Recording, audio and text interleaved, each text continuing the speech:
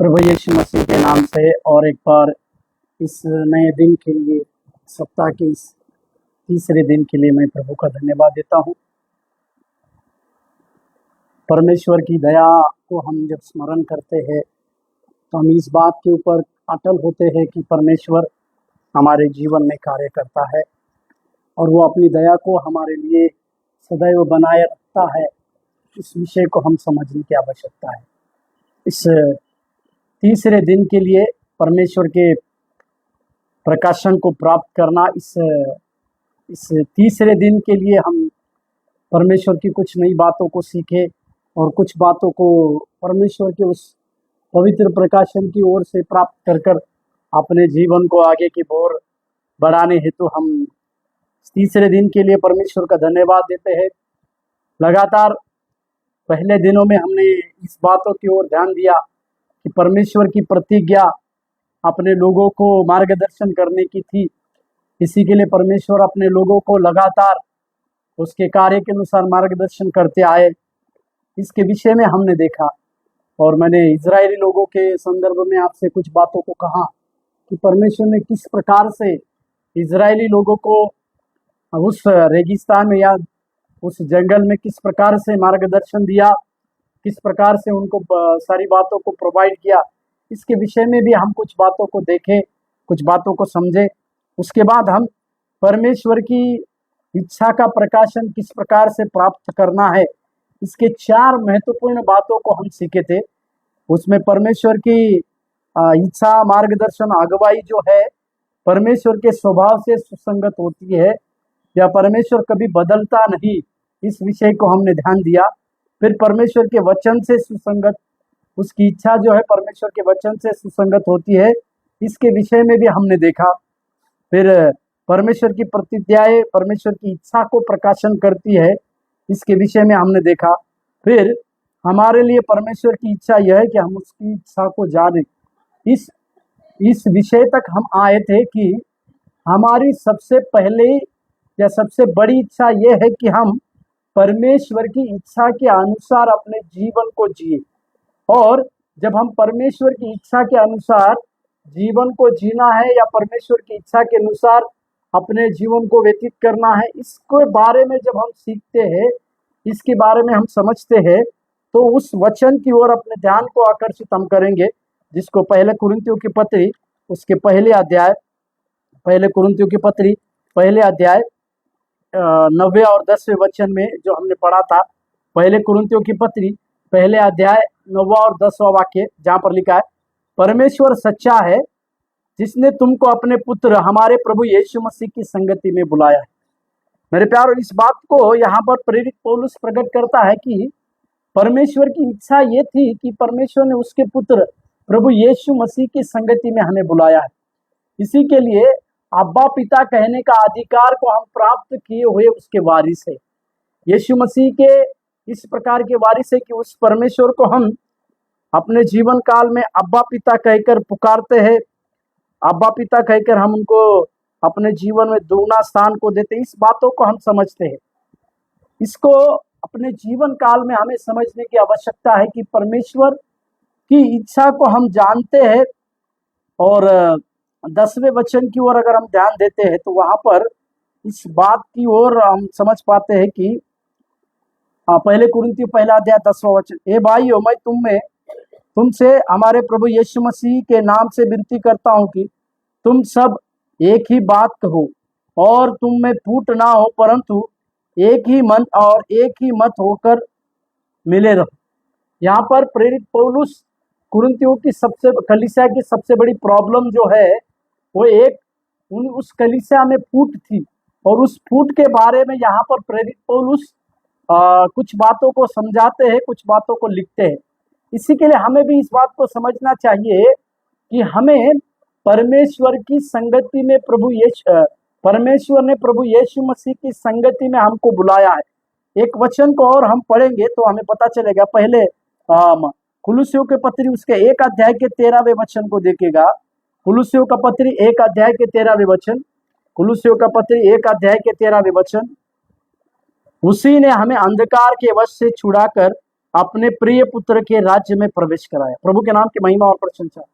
उसी ने, मतलब परमेश्वर की ये इच्छा थी, परमेश्वर की हमारे लिए ये इच्छा बनी रही कि उस परमेश्वर ने हमें अंधकार के वश में से छुड़ाकर प्रभु यीशु मसीह के राज्य में प्रवेश कराया बोलकर हम लिखते हैं और समझते हैं।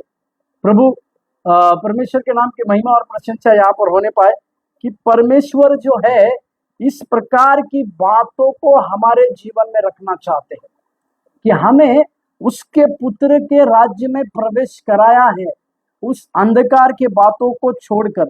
आज का विषय जो है मेरा, उसमें हम एक बात की ओर सीखने वाले हैं।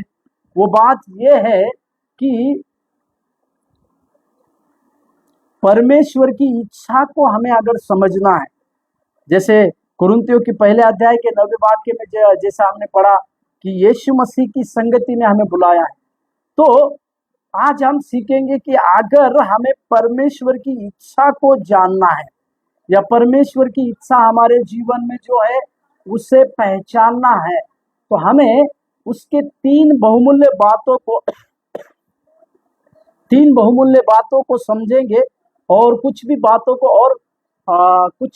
और भी कुछ नई बातों को सीखेंगे, इसको हम समझने पाए। सबसे पहले परमेश्वर की इच्छा अगर हमें जानना है, परमेश्वर के कार्य हमारे जीवन में उसके इच्छा के अनुसार पूरी करते हुए जानना है, तो आवश्यक है कि हमें उसकी इच्छा के अनुसार काम करें। और जब हम परमेश्वर की इच्छा के बारे में कहते हैं तो उसमें तीन प्रकार की बातें सम्मिलित होती है या तीन प्रकार के काम उसमें चलते हैं, इसको हम समझने की आवश्यकता है।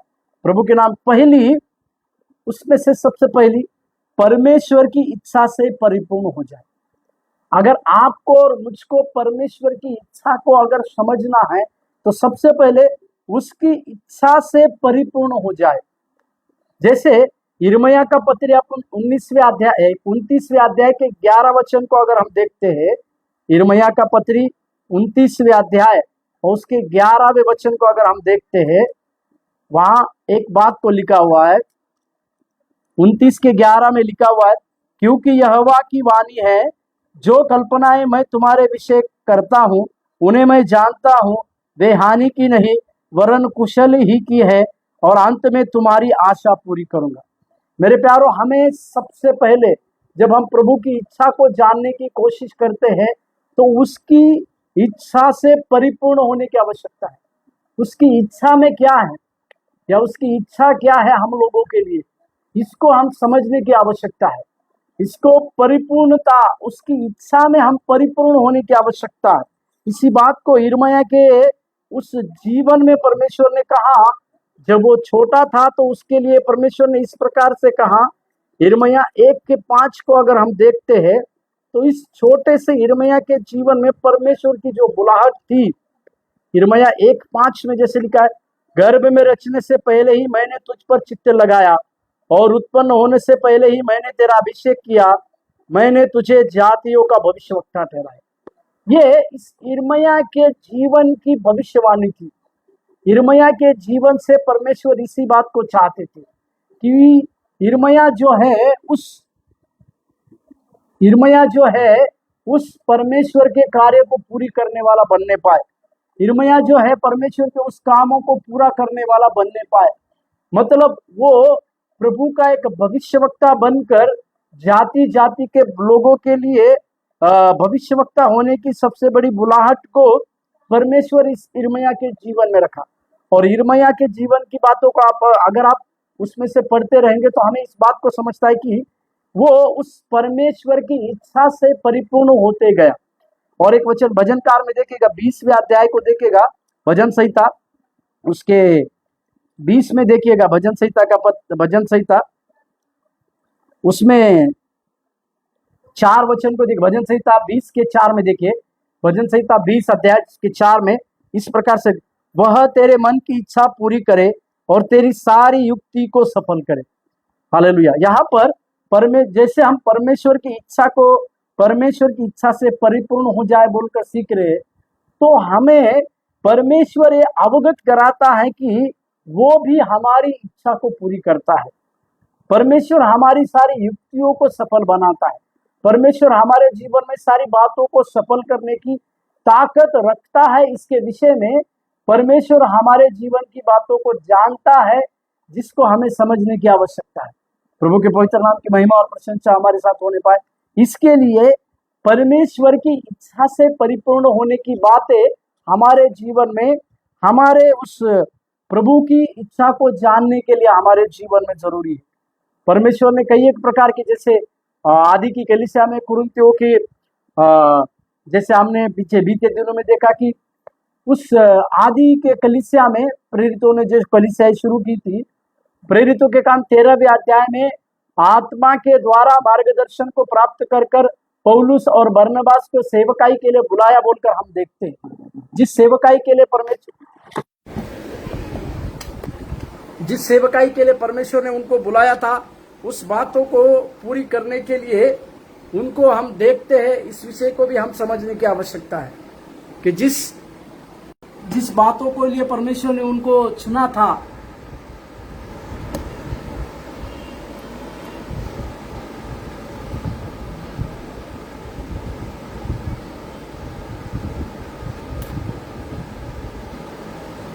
जिसके कार्य करने हेतु परमेश्वर ने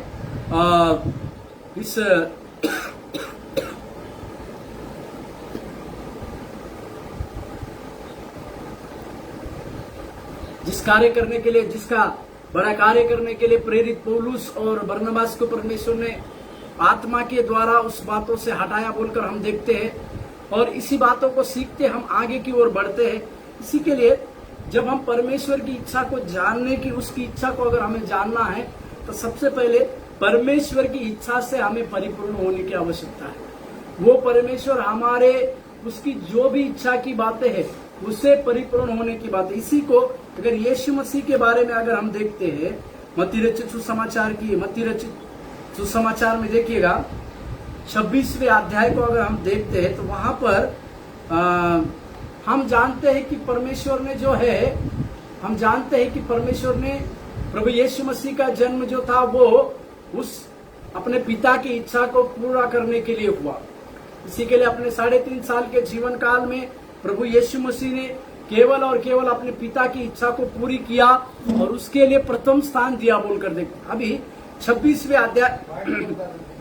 अध्याय में आप जब हम आते हैं, तो वहां पर एक बात को हम देखते हैं कि अभी यीशु मसीह को पता है कि उसका पकड़वाने वाला उसके पास आकर उसे तुरंत पकड़वाया जाएगा और उसे क्रूस पर चढ़ाने की बातें होगी, पकड़वाने की बातें सब होगी। उस समय गेतसेमनी की बगीचा में प्रभु यीशु मसीह जाते हैं, और गेतसेमनी की बगीचा में जाते हुए यीशु मसीह ने इस प्रकार से प्रार्थना किया, जिसको हम देखते हैं मत्ती रचित सुसमाचार 26वें अध्याय, मत्ती रचित सुसमाचार उसके 26वें अध्याय 39वें और 40वें वचन को देखेगा। 39वें वचन, फिर वो थोड़ा और आगे बढ़कर मुंह के बल गिरा और वो प्रार्थना की, हे मेरे पिता, यदि हो सके तो यह कटोरा मुझसे टल जाए, तो भी जैसा मैं चाहता हूं वैसा नहीं, परंतु जैसा तू चाहता है वैसा ही हो। इस वचन को थोड़ा सा हम ध्यान दें। यीशु मसीह शारीरिक रूप में थे। यीशु मसीह को पता चला है कि अभी उनको पकड़वाया जाएगा, क्रूस की मृत्यु को सहना उनके लिए था। जिस क्रूस की मृत्यु के लिए लगातार वो अपने चेलों से बातें करते रहते थे। अभी यीशु मसीह अपने पिता से इस प्रकार से प्रार्थना करते हैं कि यदि हो सके तो ये प्याला मुझसे टल जाए।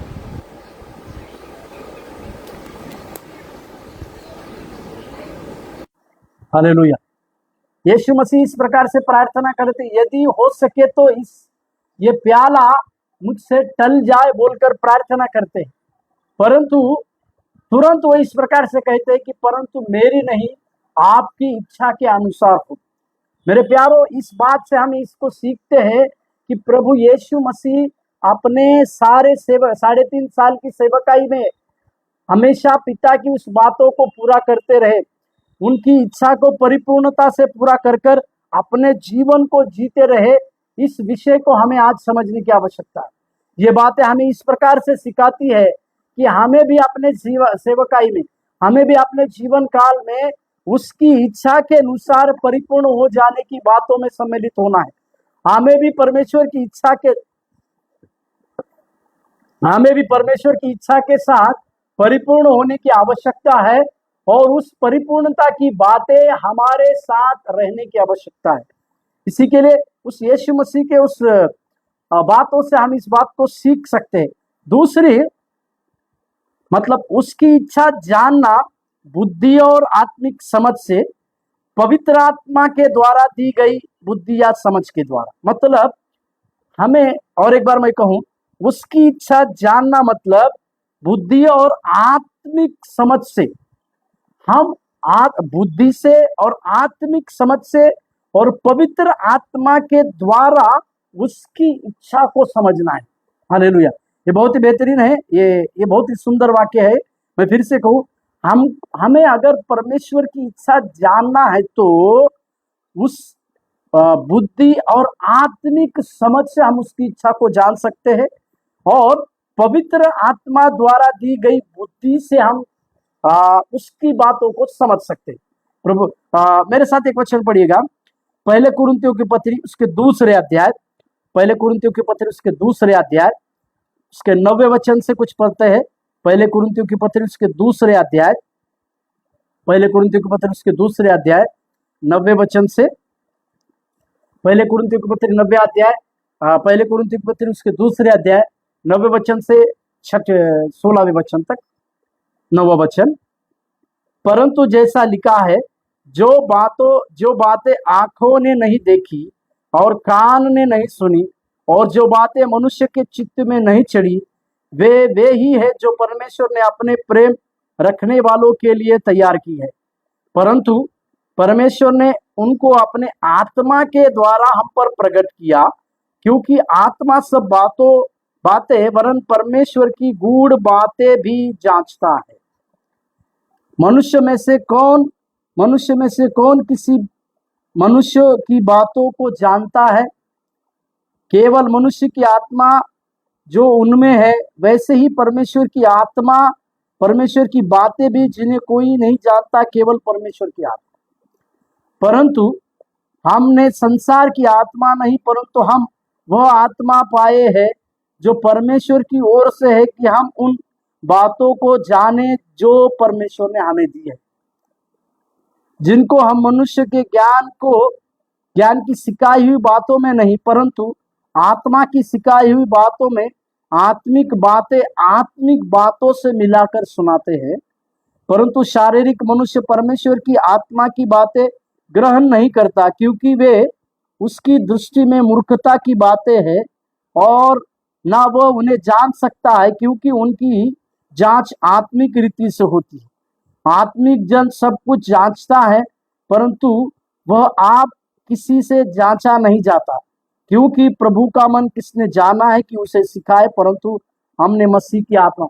यहाँ पर एक सुंदर बात को लिखा, जो हम सीख रहे थे कि उसकी इच्छा जानना मतलब बुद्धि और पवित्र आत्मा की समझ से, और आत्मिक समझ से, और पवित्र आत्मा ने जो समझ दी है उससे। इसी के लिए अगर इसका 12वां वचन अगर हम ध्यान से देखें तो पता चलेगा, परंतु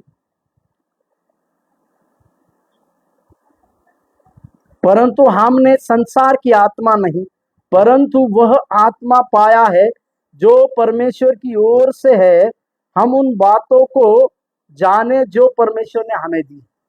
और 10वें वचन को देखिएगा, परंतु परमेश्वर ने उनको अपने आत्मा के द्वारा हम पर प्रकट किया, क्योंकि आत्मा सब बातें वरन परमेश्वर की गूढ़ बातें जांचता है। मेरे प्यारो, परमेश्वर की गूढ़ बातें जानने वाला पवित्र आत्मा है, और उसकी आत्मिक बातों को समझाने के लिए भी पवित्र आत्मा ही हमारा सहायक है। इसी के लिए हमें इस बात को समझना है कि अगर हमें परमेश्वर की इच्छा को जानना है, परमेश्वर की इच्छा को समझना है, तो हमें उसके बुद्धि के द्वारा और आत्मिक समझ के द्वारा, जो आत्मिक समझ हमें परमेश्वर के ओर से प्रकाशन के रूप में मिला है, या उस आत्मिक समझ मतलब पवित्र आत्मा के द्वारा हम पर जो बुद्धि की बातें परमेश्वर ने दी है, उस बातों को समझकर हम परमेश्वर की उस भली और भाती हुई इच्छा को समझते हैं। इसी के लिए मेरे प्यारो, ये बातें हमें जानने की आवश्यकता है। हमें पवित्र आत्मिक समझ को समझने की आवश्यकता है और उसकी बुद्धि को भी जानने की आवश्यकता है। और तीसरी बात, पवित्र आत्मा के द्वारा जो समझ हमको मिली है, उस समझ को भी हम प्राप्त कर कर आगे की ओर रहने की आवश्यकता है। बहुत इंटरेस्टिंग है। तीसरी बात मैं आगे की ओर कहूं, उसकी इच्छा के ज्ञान से परिपूर्ण होना।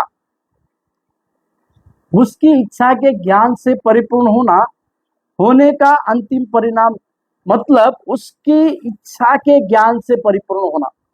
ये तीसरी बात है कि हम उस परमेश्वर की इच्छा के ज्ञान से परिपूर्ण होना। हमें उस परमेश्वर के इच्छा से परिपूर्ण होने की भी आवश्यकता है, या उसके ज्ञान की बातों से, उसकी इच्छा के ज्ञान से परिपूर्ण होना। मतलब हमें उसकी इच्छा के ज्ञान से परिपूर्ण होने की जरूरत है। और उसमें अगर हम उस परमेश्वर के इच्छा के ज्ञान से परिपूर्ण होना है, उसका अंतिम परिणाम क्या है? मतलब अगर हम परमेश्वर की इच्छा के ज्ञान से परिपूर्ण होते हैं तो उसका अंतिम परिणाम क्या होता है? अभी हम इसके विषय में 4 बातों को जल्दी जल्दी से हम देखेंगे। अगर परमेश्वर की, मैं फिर से कहूं, उसकी इच्छा के ज्ञान से परिपूर्ण होना है तो उसमें 4 बहुमूल्य बातें आती है। उस 4 बहुमूल्य बातों को मैं जल्दी जल्दी से आपके लिए बताऊं और फिर हम अपनी आगे की ओर बढ़े। सबसे पहली चीज जो है, हम परमेश्वर के योग्य चाल चलते हैं, ऐसा जीवन जीते हैं जिससे प्रभु का आदर होता है। हालेलुया। यहां पर अगर हमारा चाल चलन परमेश्वर के योग्य चलना है, अगर हमारा चाल चलन हम परमेश्वर के योग्य चलते हैं तो उसमें परमेश्वर का आदर प्राप्त करते हैं। इसी के लिए यीशु मसीह ने एक संक्षिप्त रूप में 5वें अध्याय में, मतलब अपने पहाड़ी उपदेश में एक बात को कहा जिसको मैं कह रहा हूं। मेरे साथ खोलिएगा मत्ती रचित सुसमाचार उसके 5वें अध्याय और उसके 16वें वाक्य को देखिए। उसी प्रकार तुम्हारा उजियाला मनुष्य के सामने चमके कि वे तुम्हारे भले कामों को देखकर तुम्हारे पिता की जो स्वर्ग में है बड़ाई करें। हालेलुया। यहाँ पर जैसे हम सीख रहे हैं कि परमेश्वर के योग्य चाल चलना मतलब क्या, कि हमारे भले कामों को देखकर हमारे पिता की जो स्वर्ग में है वो बड़ाई हो। इसी के लिए परमेश्वर के योग्य चाल चलने से पिता को आदर भी मिलता है। इसी के लिए इसी बातों को अगर पौलुस को पूछेगा तो पौलुस भी इस प्रकार से कहते हैं कि मेरी सी चाल चलो। हालेलुया। प्रभु के नाम की महिमा और प्रशंसा हमारे साथ होने पाए। इसी के लिए प्रेरित पौलुस ने भी इसी बातों को समझाया। प्रेरित पौलुस ने भी हमें इस बात को सिखाया। वो बात थी कि हम उसके चाल चलन योग्य, या उसके जैसा अपने जीवन का चाल चलन रखे, या उसकी चाल को उसके जैसा उसने हमारे लिए, जैसे उसने काम को किया, जैसे वो योग्य चाल चलते थे, उसी के अनुसार हम अपने जीवन को भी जी। इसी के लिए पहला कुरिन्थियों 11वें अध्याय में स्वयं पौलुस कहते कि मेरी सी चाल चलो। यीशु मसीह के बाद ये वही व्यक्ति है जो इस प्रकार से कहता है कि मेरी सी चाल चलो। मतलब वो अपने चाल को परमेश्वर को आदर देने में और परमेश्वर के लिए जो जीवन भाता है, उस भाते हुए जीवन को जीता था। इसी के लिए वो अपने जीवन काल में ये कह पाया, मेरी सी चाल चलो। मेरे प्यारो, हमें भी उस दीवट के समान बनना है, हमें भी उस नगर के समान बनना है जो छिप नहीं सकता, या जो नगर पहाड़ पर बसा हुआ है, हमें भी उस प्रकार से होने की आवश्यकता। दूसरी बात, ये भी बहुत अच्छा सा इंटरेस्टिंग है, आपको अच्छा लगे, हम उसे पूर्णतया प्रसन्न करने वाले जीवन जीते हैं। ऐसा जीवन जीना जो उसे प्रसन्न करे, हालेलुया। ऐसा जीवन जीना जो उसे प्रसन्न करे, हालेलुया। कई बार हमें अपने जीवन को, हमारे जीवन से परमेश्वर प्रसन्न है या नहीं, इस बात को समझना है। हमारे जीवन के द्वारा परमेश्वर प्रसन्न हो रहे हैं या नहीं, इस बात को भी हमें जानने की आवश्यकता है।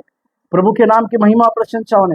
हमारे मसीह जीवन का सबसे बड़ा एक बुनियादी बात यह है कि हमें परमेश्वर को प्रसन्न करने वाला बनने वाला है, ना कि मनुष्य को। क्योंकि यीशु मसीह ने कहा, तो धन की उपमा को देखकर प्रभु यीशु मसीह ने कहा कि मनुष्य धन और परमेश्वर दोनों की सेवा नहीं कर सकते। यानी परमेश्वर यीशु मसीह इस प्रकार से कह रहे थे कि जिस मनुष्य के पास बहुतायत से धन होते हैं, वे परमेश्वर को प्रसन्न नहीं कर सकते। या भजन का इस प्रकार से भी हमें करना है कि मनुष्य को दिखाने के लिए हम परमेश्वर को नहीं, परंतु परमेश्वर को दिखाने के लिए हमारे जीवन के द्वारा हम परमेश्वर को किस प्रकार से प्रसन्न करते हैं, इसके विषय में हमें और लगातार समझने की आवश्यकता है, लगातार जानने की आवश्यकता है। इसी के लिए हमारे जीवन में ऐसा जीवन जीना जो उसे प्रसन्न करे। तीसरी बात, जो कुछ हम करें उन सारी बातों में फलवंत। हम जो कुछ कहे, क्योंकि उत्पत्ति में प्रभु यीशु मसीह ने जब पहले इंसान को, आदम को अपने स्वरूप में बनाया था, तो परमेश्वर ने उन्हें एक आशीष दिया, फलो फूलो और पृथ्वी में भर जाओ। मतलब परमेश्वर चाहते हैं कि हम फलवंत बने। परमेश्वर की इच्छा आदि आदम से, जो पहला व्यक्ति था, उससे यही थी कि वो फलवंत बने। और साथ ही भजन संहिता में अगर हम देखें, हम परमेश्वर के लिए, परमेश्वर हमसे क्या चाहते हैं, भजन संहिता पहले अध्याय को अगर हम पढ़ते हैं तो वहां पर लिखा हुआ है, तीसरे वाक्य, भजन संहिता 1:3, वह उस वृक्ष के समान है जो बहती नालियों के किनारे लगाया गया और अपनी रीति में फलता है और जिसके पत्ते कभी मुरझाते नहीं, इसलिए जो कुछ वह पुरुष करे वह सफल होता है। मेरे प्यारो, इसी के लिए हम इस बात को समझे कि हम परमेश्वर के द्वारा इस प्रकार से आशीष को प्राप्त किए हैं। हम परमेश्वर के द्वारा इस प्रकार की आशीष को प्राप्त कर चुके हैं। वो आशीष ये है कि परमेश्वर चाहते हैं कि हम जो कुछ भी करें उसमें हम फलवंतता को प्राप्त करें। हमारे जीवन में, मसीह जीवन में फलवंत होना एक बहुत ही जरूरी बात है। इसी के लिए यूहन्ना के 15वें अध्याय में यीशु मसीह ने कहा, यूहन्ना रचित सुसमाचार उसके 15वें अध्याय को देखिएगा, वहां पर यीशु मसीह अपने आप को उस यूहन्ना 15वें अध्याय में यीशु मसीह सच्ची दाखलता का उदाहरण हमें देखते हैं। वो इस प्रकार से कहते, 15वें अध्याय, यूहन्ना 15 अध्याय 2 दूसरे वचन, जो डाली मुझ में है नहीं फलती उसे वह काट डालता है, और जो फलती है उसे वह छांटता है ताकि और फले। और चौथे वचन में, तुम मुझ में बने रहो और मैं तुम में, जैसे डाली यदि दाखलता में बनी न रहे तो अपने आप से नहीं फल सकती, वैसे ही तुम भी यदि मुझ में बने न रहो तो फल नहीं सकती। मैं, 5वां वचन, मैं दाखलता हूं तुम डालियां हो, जो मुझ में बना रहता है और मैं उसमें, वह बहुत फल फलता है, क्योंकि मुझसे अलग होकर तुम कुछ भी कर नहीं सकते। यहाँ पर यीशु मसीह अपने लोगों को फलवंतता होने का राज को बताते हैं। हमारे जीवन में फलवंत होने के लिए ही परमेश्वर ने हमें बुलाया है। या मैं इस प्रकार से कहूँ, प्रभु चाहते हैं हम फलवंतता का जीवन को जिए। इसी के लिए मेरे प्यारो, हमें हर क्षेत्र में फलवंत बनना है। यदि हम प्रार्थना की बातों को करने वाले हैं तो हमारी प्रार्थना फल लाने वाली बनना आवश्यक है। यदि हम सेवकाई की बातों में हैं तो हमारी सेवकाई में फल लाना चाहिए। यदि हम किसी और प्रकार की बिजनेस की बातों को कर रहे थे, उसमें हमें फलवंत फल मिलना बहुत जरूरी है। और चौथी और आखिरी बात जो है, उसके प्रति हमारे ज्ञान में हम बढ़ते जाते हैं, उसके प्रति हमारे ज्ञान में हम बढ़ते जाते हैं। मतलब हमें उसके प्रति का जो ज्ञान है, उस ज्ञान में हमें लगातार लगातार लगातार बढ़ते जाने की आवश्यकता है। मेरे प्यारो, आज हम इस बात को समझेंगे कि परमेश्वर ने हमारे जीवन में किस प्रकार की बातों को दिया। इस 4 बातों में हम अपने आप को जांचे और समझे तो इस बात को समझने पाए कि हमें उसके उसके चाल चलन के योग्य अगर हम जीते हैं तो हम परमेश्वर का आदर होता है। हम उसे प्रसन्न करने वाला जीवन को जीना है। जो कुछ बातें हम करें उसमें फलवंत होना है और उसके ज्ञान में हम बढ़ते जाए। हर एक मसीह लोगों को या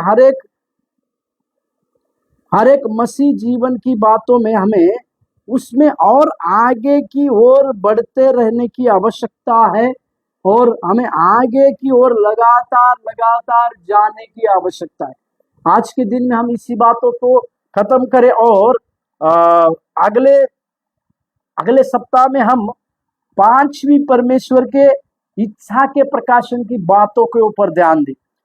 जो बातें उसके ऊपर हम ध्यान दें। आइए हम इस पर प्रार्थना करें और संतर को खत्म करें। स्वर्गीय प्रभु, हम धन्यवाद देते हैं तेरे ज्ञान और अभिषेक में हमें लिए चलने के लिए। हमारे द्वारा प्रभु आपके नाम की महिमा और प्रशंसा होने के लिए हम अपने आप को पूरी रीति से समर्पण करते हैं। आप सहायता कीजिए, आप मदद कीजिए करके प्रार्थना करते। आपकी दया हमारे साथ, आपका अनुग्रह हमारे साथ, जितने लोग हमारे साथ जुड़े सबों के जीवन में आप ही की इच्छा पूरी होने पाए, आप ही का नाम पूरा होने पाए, आप ही के कार्य होने पाए।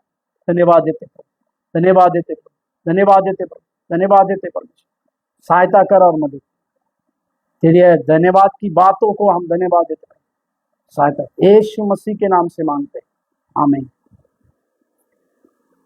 प्रभु आप सब लोगों को आशीष देने पाए। धन्यवाद।